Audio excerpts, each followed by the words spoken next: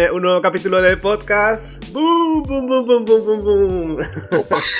Bienvenidos una semana más. Bueno, no hubo hace unas semanas, pero hemos vuelto a este vuestro podcast a periódico sobre juegos de mesa, videojuegos y ficción interactiva. Y hoy toca videojuegos.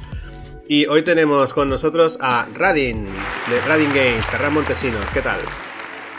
Hola, buenas a todos. Ahí está. Para quien no lo conozca, pues es un creador de videojuegos indie. Pero bueno, vamos a dejar que te presentes tú mismo, Ferran. ¿Qué puedes decir? ¿Quién eres y a qué te dedicas? Bueno, el tema de los videojuegos es un hobby. No soy profesional en esto. Bueno, hay pocos profesionales en esto que sean indies. Y hago juegos retro, en mi caso, que emulan los juegos así de recreativa de los años 80. Vamos, ese es mi target y mi nicho de mercado, se podría decir. Los hago, ya te digo, mi último juego está en venta en varios sistemas, pero no lo hacía con pretensiones comerciales, lo hacía por hobby. Me dedico a otra cosa totalmente diferente a la informática. De hecho, no tengo yo estudios reglados de informática ni nada. A lo que me dedico, bueno, soy espía secreto, pero no lo puedo decir, así que no. Siguiente pregunta. Pero no tiene nada que ver, con la informática. ¿Has espiado algunos chanchullos de la monarquía y eso? ¿Cómo va eso? ¿Te has ido a...? Sí, tengo alguna información, pero tampoco la puedo decir. Vale. Y eso, es simplemente un hobby desde que era pequeño, vamos, ¿no? Desde los 80, que ya tengo una carrera yo detrás, alguna cana. Sí. Eso lo iba a decir más fino. Tienes una carrera. Entonces ya... Es que como hobby llevas un montón de tiempo y tal, pero te dedicas a otro curro, como a todos, ¿no? Más o menos lo que estabas ahí haciendo cosillas y tal. ¿Cuánto tiempo le dedicas más o menos para la...? Es algo discontinuo, como vosotros le dedicáis a vuestros hobbies, ¿no? Además, no es mi único hobby, entonces tampoco puedo echarle todo el tiempo que tengo libre. Pero claro, ya te digo, cuando tenía 12 años y programaba con el Spectrum juegos en BASIC, que copiaba de las revistas y luego los cambiaba y tal, pues podía dedicarle un montón de tiempo. Ahora que tengo familia, le dedico menos tiempo. En temporadas en que estoy de fiesta, pues es algo discontinuo, pero vamos, lo hago a ratos. No le dedico X horas a la semana seguro. Vamos, tardo mucho en hacer los juegos porque es algo muy discontinuo. Ya te digo, y hay periodos como en que sí que he tenido deadlines, como el último juego que sí que ya tenía un publisher que se llama Eternum, luego hablaremos de él, ¿no? Ya he venido a hablar de mi libro. Pues eso, he tenido deadlines en que el juego tenía que publicarse a tal fecha o aparece en el mercado asiático y tienes que traducirlo a tal idioma. No sé. Entonces he tenido deadlines y ahí sí que he tenido que sacar tiempo de donde he podido y me ha dejado un poco de gustar el hacer videojuegos, porque ya no era por hobby, sino como trabajo, podríamos decir. Y eso, y he tenido que dedicarle más tiempo por obligación. Pero si no es por obligación, como en estos momentos puntuales, pues discontinuamente. ¿Dónde he podido? Eso. También, ya que has dicho lo de que has venido a hablar de tu libro, háblanos sobre el juego de Eternum o de Eternum X, que sabemos que hay... Bueno, yo conozco el Eternum primigenio y luego ya cuando hubo esta semiprofesionalización en la que te encargaron en llevarlo para PC y consola, digamos, en plan ya serio, pues cuéntanos un poco qué es Eternum y qué se diferencia de Eternum X y cómo va el juego. Las cosas, lo que has venido a hablar. Exacto. Bueno, ya te digo que no me voy a ganar la vida con ello, o sea que me da igual, puedo decir lo que quiera. Eternum es un juego retro, arcade y de plataformas, que digamos tiene el feeling que tenían los juegos de los 80, los de máquina recreativa, que echabas los 5 duros y pues eso, estaban los salones recreativos y en los bares, pues tiene un feeling exacto. Es como jugar a una máquina recreativa de esa época, plataformera, retro, arcade, muy difícil, un juego, una acción directa. Vamos, que un juego de ahora de estos que pasas media hora viendo la presentación ya solo y las cinemáticas esas para luego saber cómo va. No, esto tienes que jugar directo, cargar, jugar y al minuto estar ya jugando y ya saber cómo va todo, porque ya el mismo juego te va explicando lo que tienes que hacer, que es sencillo y directo. Entonces, Eternum, bueno, he tardado un montón de años en hacerlo. La primera versión fue gratuita y la hice con un programa que se llamaba Arcade Game Studio, que quedó así un poco obsoleto, y tenía la pega también que solo sacaba el resultado para Windows. Entonces, para Windows y en algunos ordenadores iba mal. Desde 2013 a 2015 lo hice todo yo solo, con gráficos que más o menos estaban ripeados de juegos viejos y los cambiaba, porque yo no soy grafista como tal. Y pues eso, hice el juego en sí, que es el corazón de lo que es Eternum, y ahí quedó como un juego gratuito. Lo llevé a ferias, tuvo mucha aceptación y me empezaron a escribir muchos publishers que estaban interesados en publicarlo, o otros estudios que querían transformarlo, digamos, a medios modernos para que este juego pudiera portarse a las consolas de esa época y que tuviera un público potencial más amplio y tal. Y ahí ya te digo, tardé 2 años en hacerlo. Y en 2016 conocí a otro indie dev que se interesó y era conocido a través de una conocida, y me dijo de pasarlo a Unity, que era un sistema moderno, y que con él pues podíamos pasarlo a consolas y venderlo y meterlo en Steam, en PC. Trajo un grafista que cambió los gráficos esos que yo había medio ripeado por unos hechos a medida súper chulos. Entonces ya pasó de algo hobby a algo con un enfoque más para la venta, vamos. Por eso me metí yo en este mundo de la venta, que no estaba yo, porque ya se implicaron otras empresas y otra persona, y tardamos 2 años más, del 2016 al 2018, en acabar Eternum X, que es la versión mejorada, no solo en gráficos y sonidos, sino en todo. Es más largo, tiene enemigos finales, que el otro tenía solo uno diferente que se repetía. En fin, que se mejora un montón el tema. Y eso ya, y se publicó en 2018 y está a la venta en Steam para PC, Mac y Linux, y luego para todas las consolas actuales. Bueno, para las de nueva generación no sé muy bien si funcionan o no, como en la PlayStation 5, pero bueno, está para Xbox One, para PlayStation 4, para Switch, y ya está. De unido Red, ¿eh? Sí, estoy viendo para la Nintendo, para Steam. Te vale si te pagas el juego. Y para Nintendo un poco más caro, 7,99, por lo que sea. Nintendo siempre más caro, ¿eh? He tenido una Switch, al final la he vendido porque no la usaba, pero los juegos siempre más caros. No sé, es curioso, ¿no? Bueno, pues muy bien, o sea, has tenido, digamos, el paso de hacerlo por hobby. El juego, digamos, gustó bastante, ¿no? Y los publishers pues se interesaron por él.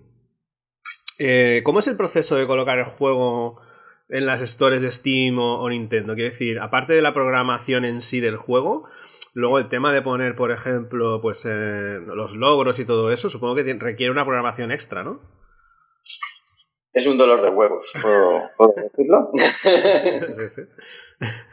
Pues bueno, las tiendas estas te piden el oro y el moro en cuanto a, o sea, todo el material extra que tienes que añadir del juego, en cuanto a cómo meterlo, el pasar varios estadios que te tienen que ir aprobando, como por ejemplo Nintendo tiene el tema del PEGI, que es lo de la edad a que va destinado el juego y a partir de qué edad pueden los niños jugar, etc. Y en cada país, esto lo lleva más el publisher, esto te lo digo de oídas, pero por ejemplo en cada país el juego tiene una consideración PEGI diferente. Por ejemplo, para Alemania es para mayores de 16 años. En Italia a lo mejor es para mayores de 8 años.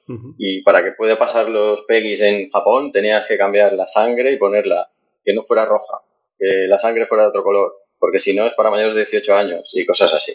Ahí hay un proceso que aparte de esto, pues que te tienen que aceptar la calidad del juego En este caso no hubo ningún problema, pero luego hay otros problemas, como en el menú de configuración pones con joypad o con teclas y te dicen no se puede decir joypad. En Nintendo se tiene que llamar mando no sé qué y no puedes escribir la palabra joypad o cosas así. ¿Vale? Que hay, claro, nosotros, yo hice junto con esta persona que conocí de Flinch Arcade y el grafista la versión para PC, pero luego para las diferentes consolas el publisher con un equipo suyo hace el port y Unity exporta a PC, Linux y Mac, pero también a las consolas. Lo que pasa es que hay que cambiar muchas cosas también de lo que has hecho para el PC para portarlo a los diferentes sistemas. Entonces hay otra empresa que se dedica a esto y a pelearse con el Nintendo, a ver qué quiere para poder pasar el PEGI o para poder aceptar ciertas cosas, ¿no? Uh-huh. Entonces eso directamente yo no lo he hecho. Yo he hecho la versión de PC, que sí que tienes la traba esa del Steam, que el histriónico que tiene el Steam te pide el oro del more, ya te digo, y por ejemplo te envía las plantillas en Photoshop de 1000 cosas que tienes que hacer. Uh-huh. Y donde tiene que ir tu imagen pone su foto el tío, para que veas el nivel que tiene el colega de de locura y eso es un rollo. Hay gente que habrá subido el juego a Steam y le habrá costado más subir el juego a Steam que hacer su propio juego. Hostia, estoy hablando de juegos chorras. Ya. Estoy hablando de juegos. En fin. Pues eso ya, si quieres, porque veo que es un proceso arduo y complicado, vamos a hablar de lo divertido. O sea, cuando tú hiciste este juego, ¿tenías algún otro juego en mente? Porque dices que llevas jugando juegos y haciendo juegos desde desde los 80, ¿no?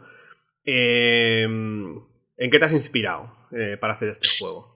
A ver, yo era jugator de pequeño, pero luego llegó un punto en que me estanqué. Yo creo que el único juego FPS de estos 3D que he jugado ha sido el Doom, para que os hagáis una idea. Hostia, pero el Doom, el primigenio, el 1, el de todo. el bueno. Ese que ahora meten en calculadora, así es. Yo era jugator hasta esa época, luego ya no, dejé de ser jugator. Y lo único que jugaba era el MAME, que es lo que me interesaba, los juegos ochentosos de cuando me molaban, así arcade, y el Spectrum, y las aventuras conversacionales, y cosas así muy retro. Uh-huh. Entonces, como jugator he llegado hasta ahí. Uh-huh. Y luego, claro, siempre he enfocado mis esfuerzos creativos a través de la informática. Entonces, cuando me he puesto, ya te digo, de pequeño o ya de mayor, he intentado hacer jueguillos, los he intentado hacer del estilo que me gustaban. Uh-huh. No he intentado nunca un juego moderno de estos de 3D ni nada así. Uh-huh. De hecho, el Unity está preparado para juegos 3D, para juegos AAA de este estilo, y yo lo estoy usando para hacer algo súper retro y es como matar moscas a cañonazos. Me cuesta un huevo cuando con otros programas sería súper fácil. Uh-huh. Pero como ya empecé con Unity, porque mi socio en Eternum X pues usaba Unity, pues ahora ya me he quedado ahí. Pero me cuesta más que si usara Game Maker Studio o otros creadores de juegos más fáciles. Uh-huh. Y ya te digo, para hacer Eternum, pues cogí 4 de los arcades que me gustaban más, de estos de máquina recreativa, que eran pues el Ghosts and Goblins, el Bomb Jack, y 2 más y menos conocidos, uno que se llama Psychic 5, que cogías a 5 personajes diferentes, así de plataformas, y otro que menos conocido aún, que se llamaba Baluba Loop no Densetsu o algo así. No. Típico arcade japonés, que era así de coger cofrecitos como el Bomb Jack parecido. Y hice un refrito, un remake de los 4 arcades esos y de Eternum, que es así de plataformas, pantalla fija pero que tiene un poco de scroll lateral. Uh-huh. Y lo modernicé un poco en cuanto a concepto, pero sí, se basa en 4 juegos de máquinas de los 80. Uh-huh.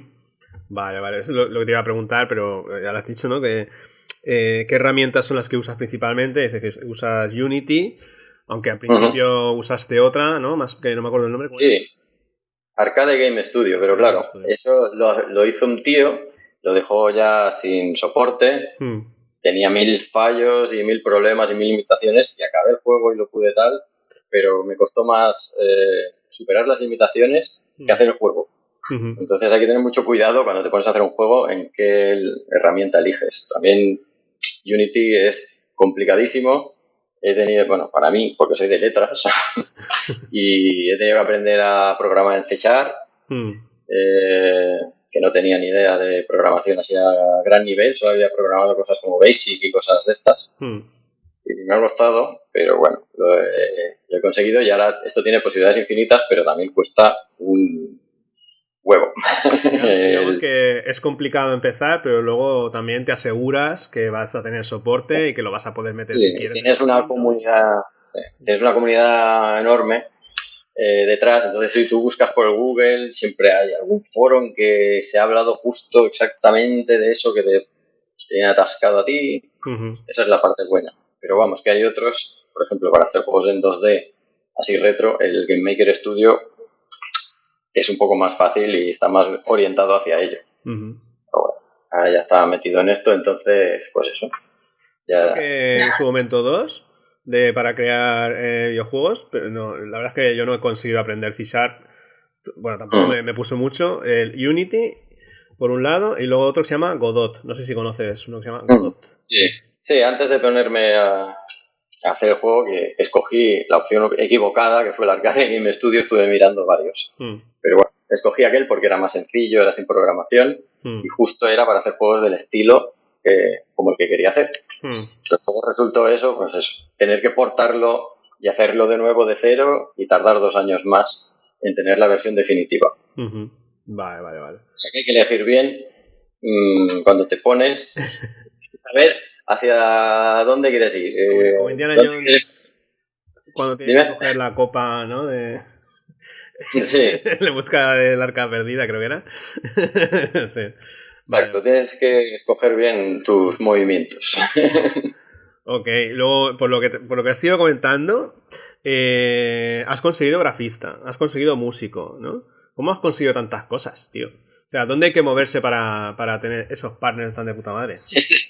No, hombre, este es un mundillo pequeño. Yo no sé el vuestro de los juegos de mesa, por ejemplo, cómo es, pero esto es un mundo pequeño en que si vas a ferias o para mostrar tu juego, pues siempre habrá un montón de personas que pasarán por ahí de tu propio ámbito, ¿no? Y ya te digo, entre publishers o otros desarrolladores. Entonces, Eternum lo hice sin ayuda de nadie, yo solo en mi casa y todo eso. Pero luego, a raíz de mostrarlo, ya conocía a mucha gente.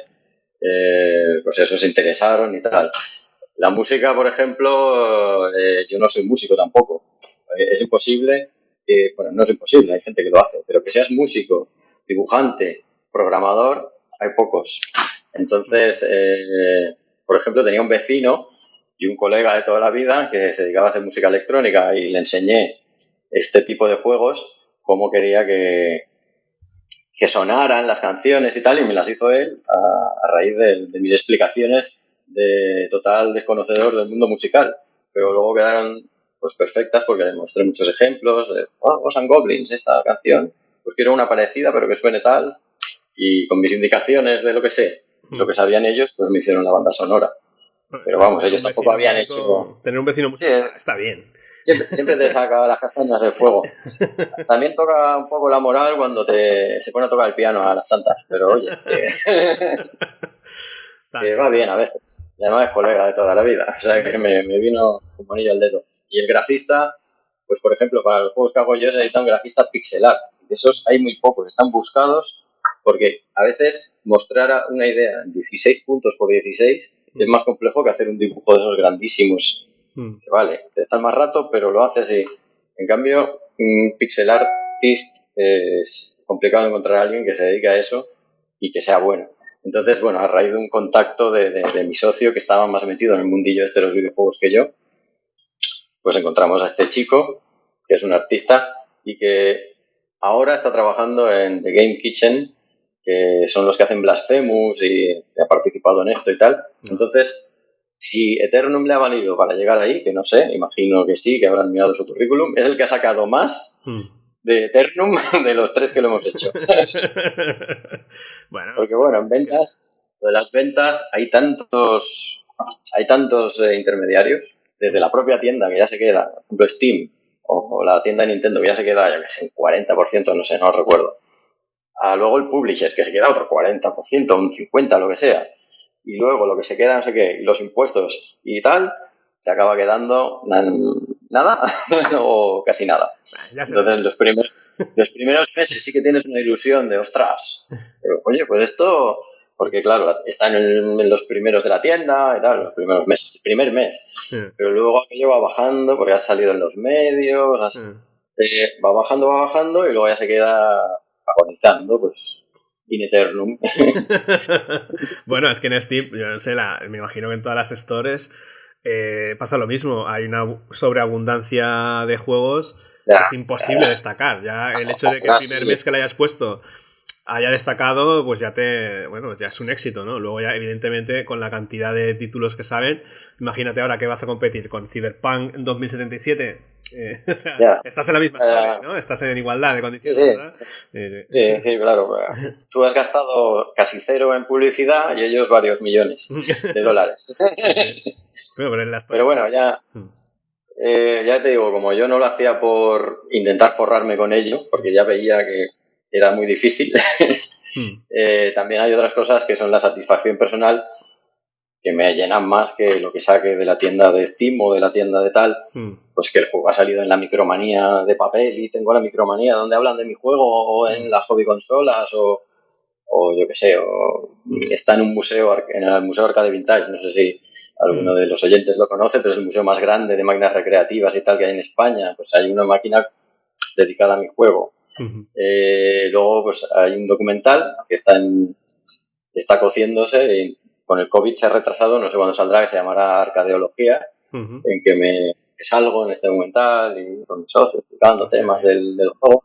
Pues cosas como estas me llenan más, aunque no me hayan dado ningún beneficio económico, que pues eso, que lo que ganas en la tienda de Steam, que tienes que pegar un pelotazo muy gordo, o haberlo hecho en la época en que no había tanta explosión de juegos como ahora. Ya hemos pasado la indiocalipsis, ahora ya no sé cómo se debe llamar. Indie-apocalipsis. Sí, te voy a preguntar eso. ¿A ti te ha afectado la indie-apocalipsis? Sí, yo seguro. Vamos, cuando yo saqué el juego, pues ya había muchos juegos. Ya era en 2018 ya era la época de explosión. Por ejemplo, hay otro indie developer que sacó un juego que se llama Unepic, pues varios años antes, y Unepic Fran, que es su nombre en Twitter y conocido por ellos, este sí que pegó un petardazo, porque pilló el principio.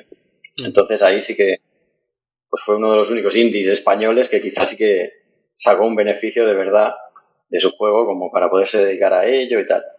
Pero los otros, pues ahí tienes algo que te paga un poco lo que has invertido, vamos, o paga el dominio, el no sé qué, y no te va a servir para vivir de ello. Bueno, quizá para ti, porque lo consideras como hobby y tal, pero igual un chaval que está empezando, que quiere hacer su juego con intención de luego dar el salto a una desarrolladora, ¿sabes? Trabajar dentro de un estudio más grande, igual sí que le sirve, en lugar de presentar un currículum, presenta un juego completo, no lo sé, ¿eh?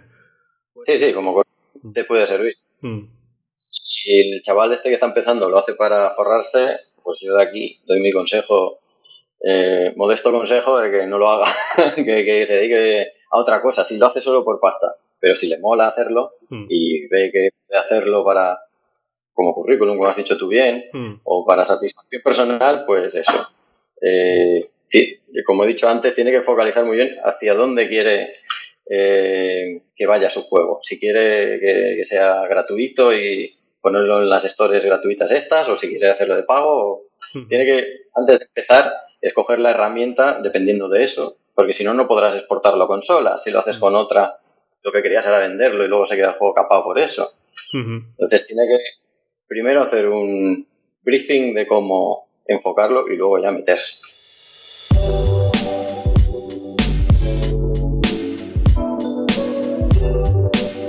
Bueno, y no sé qué nos puedes contar sobre la gente que has ido conociendo.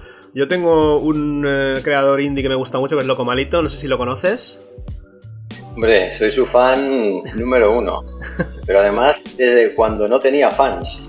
De hecho, en una Retro Madrid de 2000, no sé qué, yo estaba en el stand del CAT, de aventuras computacionales, con CAT, y él les ponía allí su último juego, que era Maldita Castilla, y fui allí a abordarle, a decirle, tío, soy tu fan, no sé qué, y casi lo acorralo contra la pared porque le daba vergüenza y... Sí, además el tío es bastante tranqui, ¿no?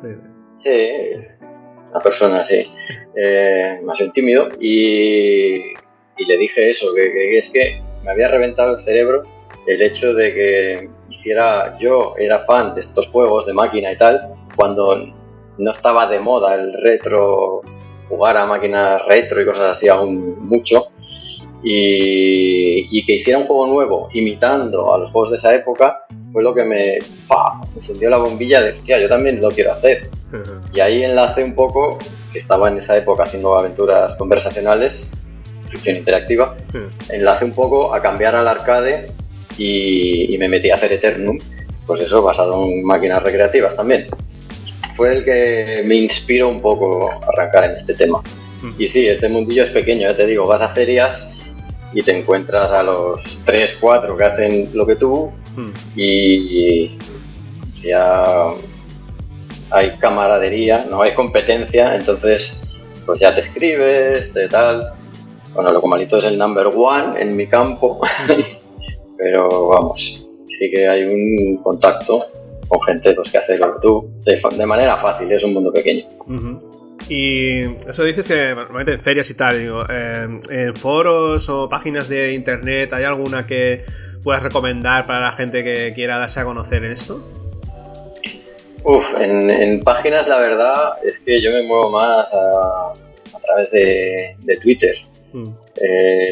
Páginas del retro, claro, hubo foros y páginas dedicadas al retro, pero que han ido cayendo en desuso.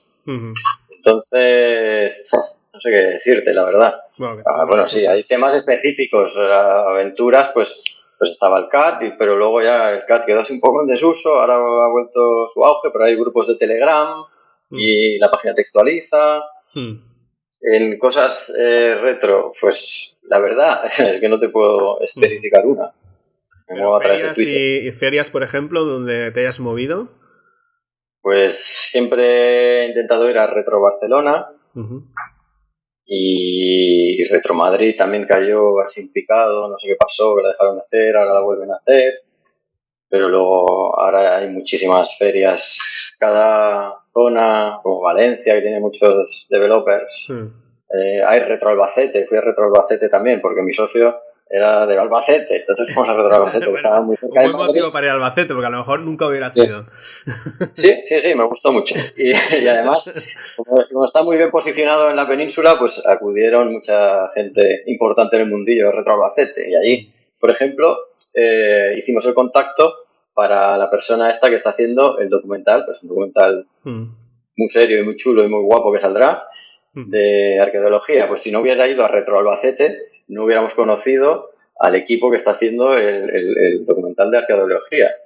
Y porque fue Locomalito o Grisor, que lo hacen juntos siempre, pues que les comentó, pues hay unos que hacen juegos retro aquí también, están acá. Y vino el hombre a vernos y gracias a eso, vamos, que todo es una sinergia ahí que es exponencial.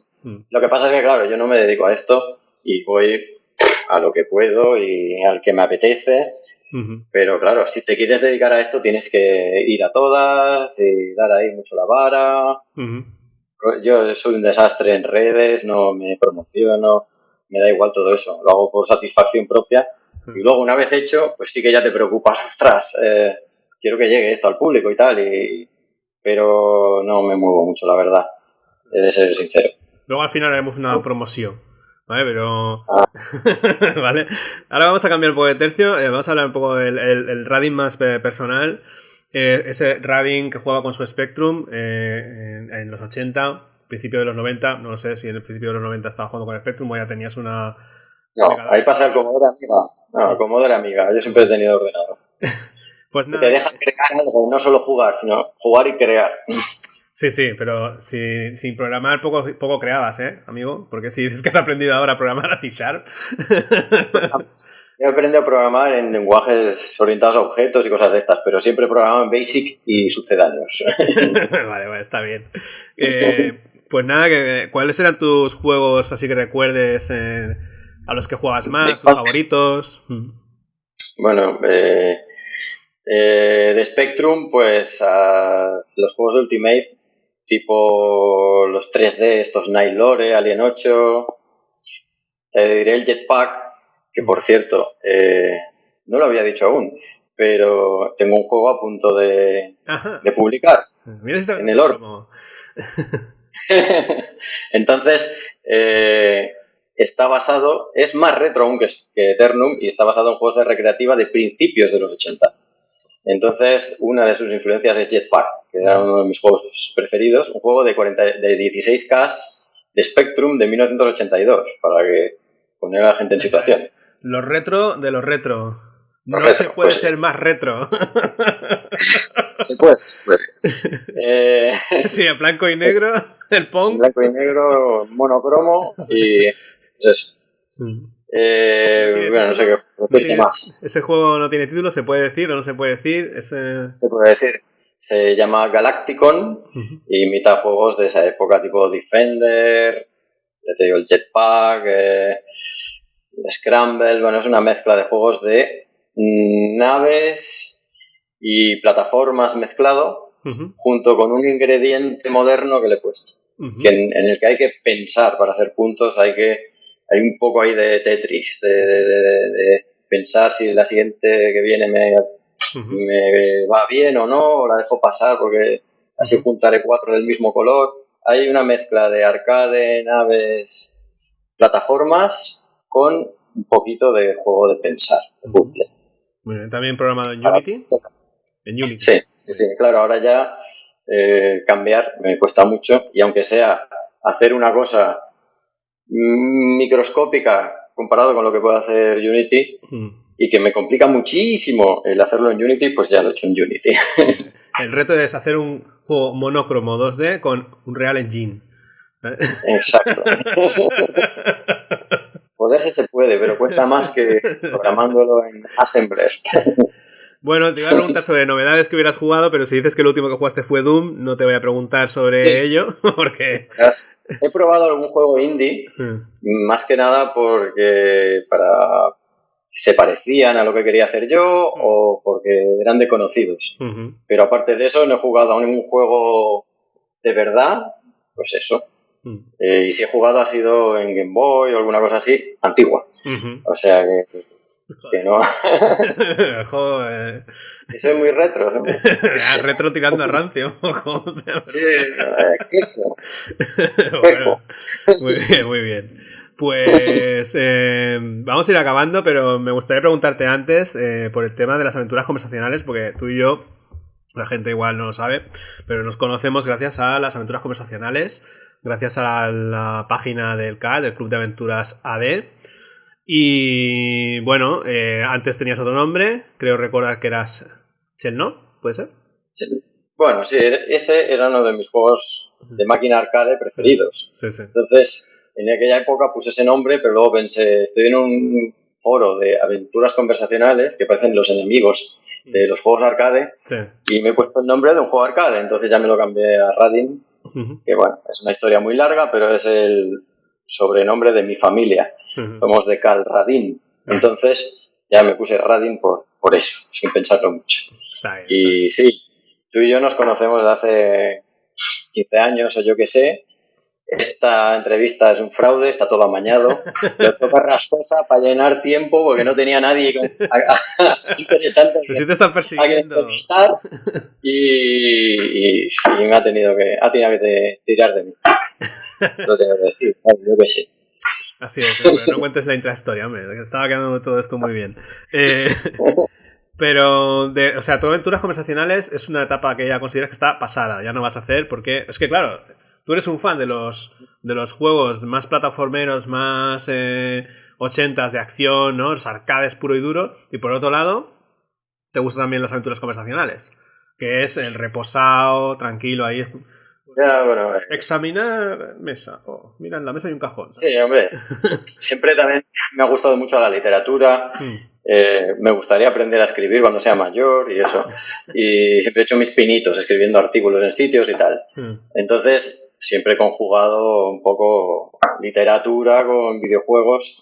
Pues confluyen en la ficción interactiva, entonces siempre la he tenido en cuenta. Aunque me gustaran los arcades y me guste el ciclismo, que no tiene nada que ver, pero no son mis hobbies. Entonces, el tema ficción interactiva lo empecé cuando me regalaron un PC en el año 90 y pico, y era tan cutre, tan viejo el que me lo dio, que era con monitor monocromo y sin tarjeta gráfica, aquello desastroso. Y lo único que podía hacer, metí un CD de una revista y venía un hacedor de aventuras conversacionales. Entonces, lo único que pude hacer con aquel PC, para aprovechar y mi esfuerzo creativo, enfocarlo en algo, fue hacer un par de aventuras conversacionales así, de cuyo nombre no me quiero acordar, que eran así más bien pruebas, pero que las publiqué, una la publiqué, y gracias a eso conocí el foro del CAAT. Ya me metí más en ese mundillo y ya con ordenador normal y las herramientas que allí conocí, pues ya hice una aventura más seria que se llamaba El espíritu de la sidra. Sí, es una aventura de las que siempre está en el top del CAT, una muy buena aventura. No que menos porque es una de las mejores, así que... Bueno, gracias, agradece, pero más que nada es por cabezón, porque yo soy ultra mega super perfeccionista y hasta que no está algo como lo mejor que yo puedo dejarlo, no paro. Entonces me puedo estar 6 días para ese párrafo de esa aventura conversacional que esté perfecto como yo quería. Y lo mismo me pasa con Eternum o con Galacticon, que para el menú, para que todo quede bien claro, explicado, qué tal, me puedo pasar un mes solo haciendo el menú, pero me da igual. Como no tengo ningún deadline, pues lo que prefiero es que sea perfecto y que no me pase pues esas macroproducciones que salen ahora, que has dicho tú, el Cyberpunk que salen y luego se están corrigiendo durante un año. Claro, es imposible. Ha habido yo hago un granito de arena comparado con la arena de todas las playas del mundo, que sería eso, en cuanto a complejidad y extensión comparado con el mío. Y ya para mi granito de arena me estoy más de un año y pico, 2, 3, los que sean, pues imagínate si hiciera un Cyberpunk, me estaría como una catedral gótica varios siglos para acabarlo. ¿No podías estar en el equipo creativo de Cyberpunk? ¿Tú sabes lo que ha pasado con el Cyberpunk 2077? Sé que hay mucha polémica. La gente tenía un hype de la hostia. La gente quería el juego ya. Quiero el juego ya. Y ya lo habían retrasado algunas veces y dijeron, bueno, pues tenemos que sacarlo ya, pues la gente si no va a venir aquí y nos van a matar. Y lo han sacado el juego. Y se ve que todo lo que iban enseñando era de la versión PC, ¿vale? Y entonces han sacado el juego, la versión PC y también de consolas, para la Play, ¿no? Y para Xbox, creo. Y resulta que las versiones de consola estaban mucho menos desarrolladas y la peña empezaba a jugar y he dicho, pero qué puta mierda es esta, pavo. Y hasta el punto de que han dicho, bueno, si queréis os devolvemos la pasta, ¿sabes? Devolvernos el juego y ya está. Pero se supone que luego, claro, si te esperas, pues harán parches, actualizaciones y toda la pesca. Pero ese es el nivel de estrés. Tienes que sacar un juego a sabiendas de que lo estás sacando a medias por las presiones de aficionados y de distribuidoras y todo eso. O sea, muy mal. Tú no podías estar ahí. No creo que yo llegue a ese punto. Bueno, si queréis que saque Galacticon ya, pues me lo decís. Sí, ¿no? Bueno, ya se lo doy a Xavi luego y me escribís, hostia, sácalo ya, pero vamos, que no creo. Pero que... lo sacaré cuando lo tenga bien cocido, pero vamos, será pronto. Muy bien. Bueno, vamos a hacer un poco de promo para acabar. Y es que hemos quedado que todo aquel que haga like, que le guste este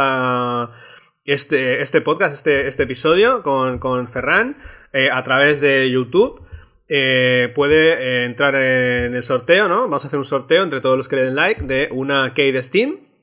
Dos. Dos. Venga, dos. La casa por la ventana. 2 para YouTube. ¡Qué generosidad! Es que soy así, por eso no gano un duro con esto. Pues 2 keys, o sea, si le dan 2 personas, si le da una, se va a llevar 2 keys, una para él, ¿no? Bueno, esperemos que haya más de un like. Que haya más de un like, ¿vale? Así que hasta ese punto llega la generosidad de Ferran. Y Vamos. y bueno, estaremos en contacto para cuando saques el Galacticon, ¿vale? Y si sacas alguna conversacional, cosa que lo dudo porque parece que la has dejado, ¿verdad? Tú sabes que has estado Bueno, en eso, ¿eh? no lo descarto, no lo descarto. Vale, muy bien. Tendría que remozar un poco el que hice, el espíritu de la sidra, para que pudiera ser jugable en navegadores, que eso no es muy complicado, y quizá algún día me pongo. Y no descarto hacer otra novela interactiva. Y si no, ahora que sabes Unity, por clics de estos, ¿no? Con botones en lugar de escribir. Sí, con novela interactiva o de alguna manera así más. No lo descarto. Depende. Pues muy bien, hasta aquí llega la entrevista. Ha sido un placer contar contigo y como siempre que nos vemos, ojalá que nos veamos pronto y que se acabe el virus, ¿vale? Y nada, si te quieres despedir, es el momento. Pues luego la gente dice que no dejó a nadie despedirse. No, es que la verdad es que yo también pienso lo mismo. He estado viendo podcast últimamente. No, nada, muchas gracias para los sufridos oyentes. Si queréis cualquier cosa, cualquier duda, cualquier angustia, me podéis escribir a mi email o mi Twitter, cualquier aclaración. Queréis meteros más en el mundillo indie dev, aunque sea un poco desmoralizador de tropas yo, como habéis visto, os puedo dar algún consejo, algún contacto y os animo que, sobre todo si tenéis un ardor creativo, lo enfoquéis y lo saquéis hacia donde sea, aunque no vayáis a ganar un duro. Oye, da igual, hacedlo, os sentiréis mejor y oye, la satisfacción ahí queda. Y con este consejo de Radin nos vamos. Un saludo y nos escuchamos en el siguiente podcast. Adiós. Venga, hasta luego.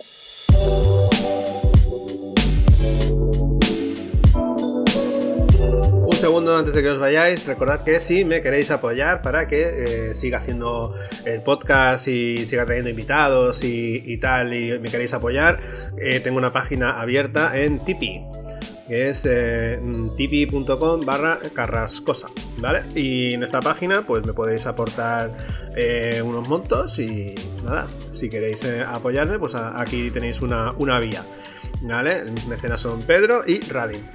Espero tener más y si no, pues nada, como esto es gratis, espero que lo disfrute todo el mundo y ya está, ¿vale? Pero que sepáis que esta es la vía mejor, o también podéis contratarme como diseñador gráfico, autor de juegos y bueno, si queréis también os puedo cantar un villancico ahora que estamos en Navidades, ¿vale? Nada, un saludo para todos, adiós.